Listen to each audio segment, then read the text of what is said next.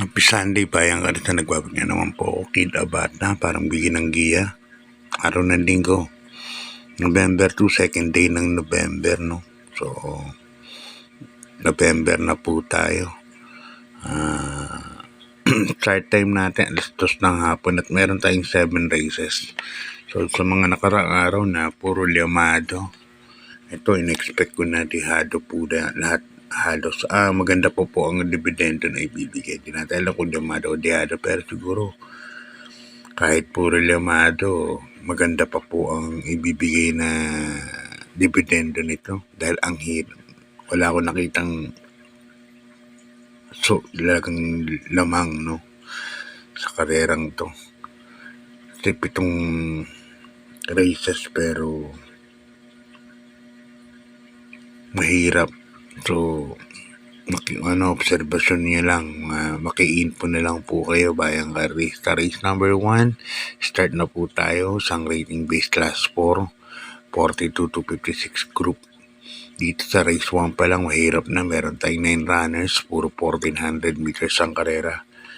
For rating base po kasi, weekend. Tapos, first chase ko, number 6, Animo Lasal, Mark Alvarez ang sasakay. Second chase ko naman yung numero 8, Ladybug Red, Jeff Sarate. Nakaraan, yung ganda ng tinakbo nito, tercero. Wala, Elegant Lady. So, lalagay ako ng third chase, number 1, Dreams of the World. First chase ko, number 6, Animo Lasal. Yan. Takay ni Mark Alvarez. Ganda rin ang tinakbo nakaraan to. Kaya dito, para sa ating unang karera, 681 po, pwede ko. Okay, good luck bayang karista. Lipat tayo sa race number 2. Isang rating base class 4, 42 to 56 points split group. Dito meron tayong 6 runners. First chase ko rito, number 6, imported, Dakota Elegance. Yan. Jeff Sarate. Baka iuna na ni Jeff tong kabay na to. Dakota, mainam pa na mauna to. Siya ang aking first choice. Second choice ko, number 4, Batang Kanlaon. Takay ni Daddy Boy Canganyero. Yan, tingin ko nakatagpo ng laban. Dakota Elegance lang tingin ko medyo mabigat, no? Takas labara sa Walt Stone. Yan, dito sa race number 2, dalawa ang pili ko. Number 6, Dakota Elegance and Batang Kanlaon. Okay, good luck by Garcia. Lipat tayo sa race number 3, another rating base class 5, 17 to 41 points split group. Dito magulo ko karera to. Kahit na 10 runners po.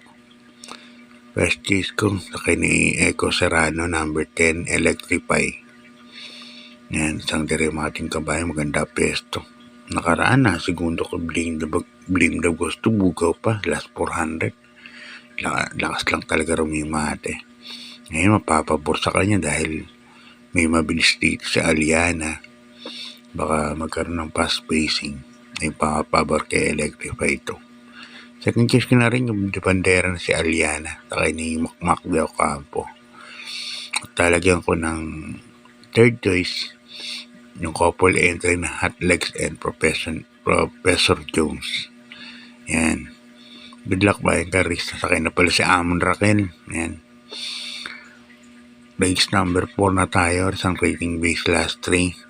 57 points to 70 points. Yan, ito medyo maganda pong laban, no, dahil puro mga imported halos.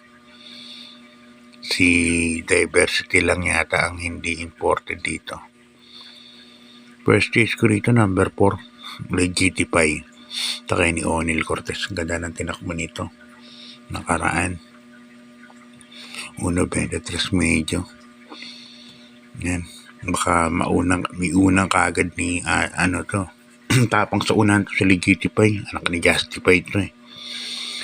Second chase ko na rin yung number 1, Romantic Story, Onyok Garcia. Gandang laban tong karera na to. Numero 4 na to, bayang karista.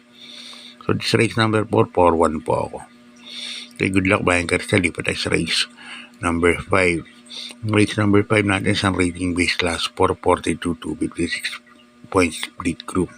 Dito meron tayong 6 runners. Gamer winner, first chase ko, kay ni Mark Alvarez.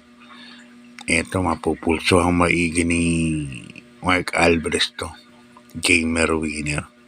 Actually, matagal ko na tong sinuggest dati kay kaya Boss Oliver.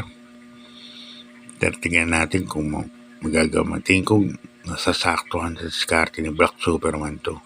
Numero 5, Gamer winner. Kaya yan ang first case ko.